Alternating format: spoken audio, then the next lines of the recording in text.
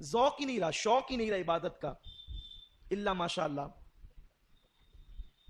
کچھ لوگ یہ کہتے ہیں قرآن خود اشارہ دے رہا ہے کہ شب قدر 27ویں کو ہوتی. قرآن میں جو سورہ قدر ہے اس میں لیلۃ القدر 3 مرتبہ آیا ہے اور اس کے کلمے ہیں 9. تو اگر 3 کو 9 سے ضرب دیں تو 27 بنتے ہیں, اس لیے یہ 27ویں شب کو ہی شب قدر ہوتی ہے. دوسری بات یہ ہے کہ اللہ کو طاق عدد بہت پسند ہے. 1 3 5 7 9 11 13 یہ طاق عدد اللہ کو پسند ہے. فرمایا گیا کہ وہ وطر ہے اور وطر کو پسند کرتا ہے. لیکن ان طاق سارے اعداد میں اللہ کو 7 زیادہ پسند ہے. اسی لیے کعبے کے طواف میں بھی 7 چکر ہے, صفا مروہ کی سعی بھی 7 ہے. آپ اسی طرح دیکھتے چلے جائیں, اللہ تبارک و تعالیٰ نے طاق عدد کو پسند کیا اور اس طاق میں 7 کو زیادہ پسند کیا. تو شب قدر جو 27ویں کا قول کرتے ہیں تو وہ کہتے ہیں کہ جس عشرے میں شب قدر ہونی ہے تو یہ 7ویں رات ہے. اس 7ویں رات ہونے کی وجہ سے اس لیے شب قدر 27ویں کو ہوتی ہے. اس رات جو ہے وہ آسمان پر تارے خوب ہوتے ہیں, چاند بھی ہوتا ہے, موسم میں نہ بہت زیادہ گرمی ہوتی ہے نہ ٹھنڈی ہوتی ہے, معتدل رات ہوتی ہے. اور اس کا جو صبح کا سورج نکلتا ہے تو یہ سورج بغیر کرنوں کا ہوتا ہے. ایک مرتبہ حضرت عبداللہ ابن مسعود سے ملنے کے لیے کچھ لوگ گئے تو دیکھا کہ وہ اپنی چھت پہ کھڑے سورج دیکھ رہے تھے. جب لوگ آئے تو یہ نیچے اترتے ہوئے کہتے ہیں صدق اللہ و صدق رسول اللہ, اللہ نے سچ کہا اور اس کے رسول نے سچ کہا. تو لوگوں نے کہا کیا بات ہوئی؟ تو کہا کہ میں نے حضور سے سنا تھا کہ جو شب قدر ہوگی اس کا صبح کا سورج بغیر کرنوں کے ہوگا, سفید سورج نکلتا ہے. تو میں دیکھ رہا ہوں کہ رات میں نے ساری علامتیں دیکھی شب قدر کی, تو صبح دیکھا تو سورج بغیر کرنوں کا تھا. اسی لیے کہا کہ اللہ کے رسول نے سچ کہا اور اللہ نے سچ فرمایا. تو یہ رات کی بڑی علامتیں ہیں اور اس ایک رات کی عبادت اللہ نے 80 سال سے بڑھ کر کی. اسی لیے جب یہ رات آئے تو اس میں مغرب کے بعد غسل کرنا سنت ہے. بعد مغرب حضور علیہ السلام کا معمول ہے کہ اللہ کے حبیب صلی اللہ علیہ وسلم بعد مغرب غسل فرماتے تھے. اس کے بعد آقا کریم صلی اللہ علیہ وسلم مسجد میں عبادت کرنا اس رات کو پسند کرتے تھے. گھر میں بھی کر سکتے ہیں, لیکن بلکہ صحابہ کرام تو شب قدر میں نئے لباس کا اہتمام کرتے تھے, نئے کپڑے وہ پہنتے تھے شب قدر میں. کچھ صحابہ تو ایک ہی لباس سلا کر رکھے ہوئے تھے, جیسے حضرت انس ابن خزیمہ وغیرہ, کہ یہ حضرات اسی رات میں وہ لباس پہنتے تھے اور پھر کسی وقت اس لباس کو استعمال نہیں کرتے تھے. آقا کریم صلی اللہ علیہ وسلم سے پوچھا گیا کہ یا رسول اللہ اگر ہم شب قدر پائیں تو اس میں سب سے زیادہ کون سی عبادت کریں, اللہ کو اس رات کون سا عمل سب سے زیادہ پسند ہے؟ تو اللہ کے حبیب صلی اللہ علیہ وسلم نے فرمایا اگر وہ رات تمہیں مل جائے تو کثرت کے ساتھ دعا کرنا, کیونکہ اس رات اللہ کو دعا بہت پسند ہے. حضرت اماں عائشہ صدیقہ نے پوچھ لیا یا رسول اللہ دعا تو کریں, کون سی دعا زیادہ کریں, وہ بھی سکھا دیں.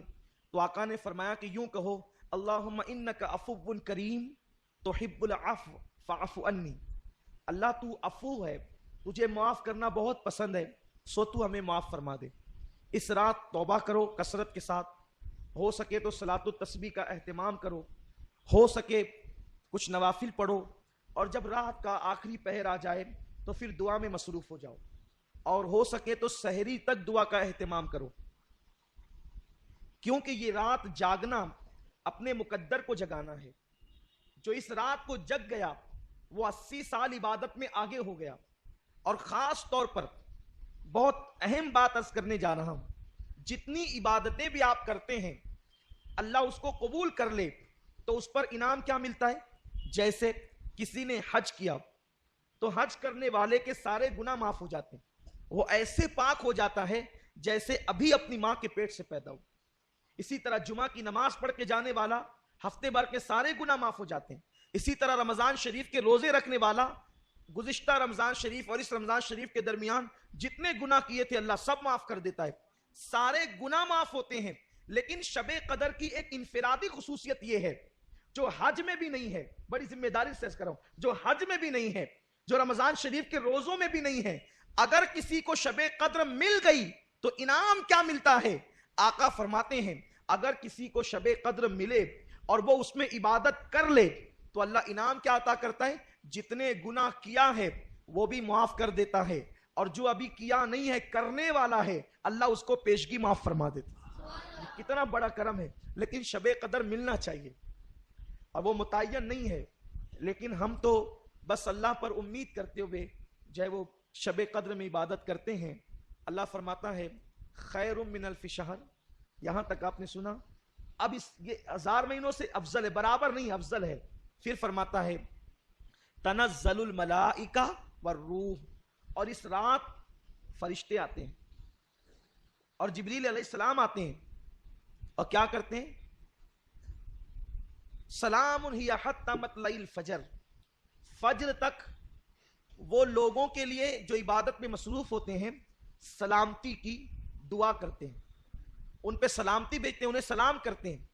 تفسیر میں آتا ہے کہ یہ جو شب قدر ہے اگر اس کا اردو میں ترجمہ کیا جائے تو ترجمہ یہ ہوگا تنگ کر دینے والی رات، یا تنگ ہو جانے والی رات، یا تنگی کی رات۔ حیرت ہے، اتنی مبارک رات ہے لیکن اس کا اردو میں ترجمہ کیا ہے؟ تنگی کی رات یا تنگ کر دینے کی رات۔ تو اس کا نام تنگی کی رات کیوں ہے؟ تو حدیث پاک میں آتا ہے کہ آسمان سے اتنے فرشتے زمین پہ آتے ہیں کہ زمین تنگ ہو جاتی ہے فرشتوں کی تعداد کی وجہ سے، اسی لیے اس کو تنگی کی رات کہتے ہیں۔ فرشتوں کی وجہ سے زمین تنگ ہو جاتی ہے، یعنی قدم رکھنے جگہ نہیں رہتی فرشتوں کو۔ اور فرشتے کیوں آتے ہیں؟ وہ رات بھر مسافہ کرتے ہیں، مغرب سے لے کر فجر تک۔ کن سے؟ عبادت کرنے والوں سے۔ فرشتے مسافہ کرتے ہیں، فرشتے زیارت کرتے ہیں، تمہاری دعاؤں میں شریک رہتے ہیں۔ اور بعض مفسرین نے تو یہ بھی بتا دیا کہ فرشتے مسافہ کرتے ہیں، اس کی نشانی اور علامت کیا ہے؟